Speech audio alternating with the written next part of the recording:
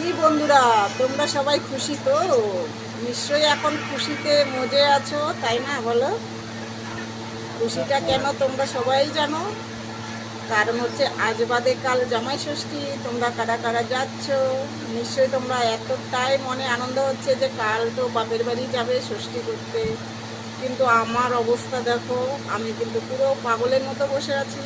কারণ হচ্ছে আমার শুধু মাথায় একটাই চিন্তা হচ্ছে, সবাই যাচ্ছে, আমি যেতে পারছি না। সত্যি আমার এই ভাগ্যে নেই। যখন যাওয়ার সময় ছিল তখন যেতে পারিনি, কোনো নিমন্ত্রণ পেতাম না। তো এখন নিমন্ত্রণ পেয়েছি, তো আমি যেতে পারছি না। কারণটা কি জানো? কারণ হলো, আমার জামাই আমার বাড়িতে আসছে ষষ্ঠী করতে, তাহলে আমি কি করে যাব বলো তো? কি করে যাব তোমরাই বলো। সেজন্য বলছি আমার ভাগ্যে সেটা নেই। তো যাই হোক, আমার যাই হোক না কেন, তোমরা ষষ্ঠী করতে যাচ্ছ, কেমনটা আনন্দ করবে, মজা করবে, অবশ্যই ভিডিওতে দিও, শেয়ার করো আর কমেন্ট করে বলো তোমরা কেমন আনন্দ করে আসলে। আর আমি ঘরে বসে আমার মেয়ে জামাইকে নিয়ে আনন্দ করব, মেয়েকে নিয়ে আনন্দ করব, ব্যাস তাতেই আমি খুশি। যেটা কপালে হয়নি সেটা ভেবে তো লাভ নেই।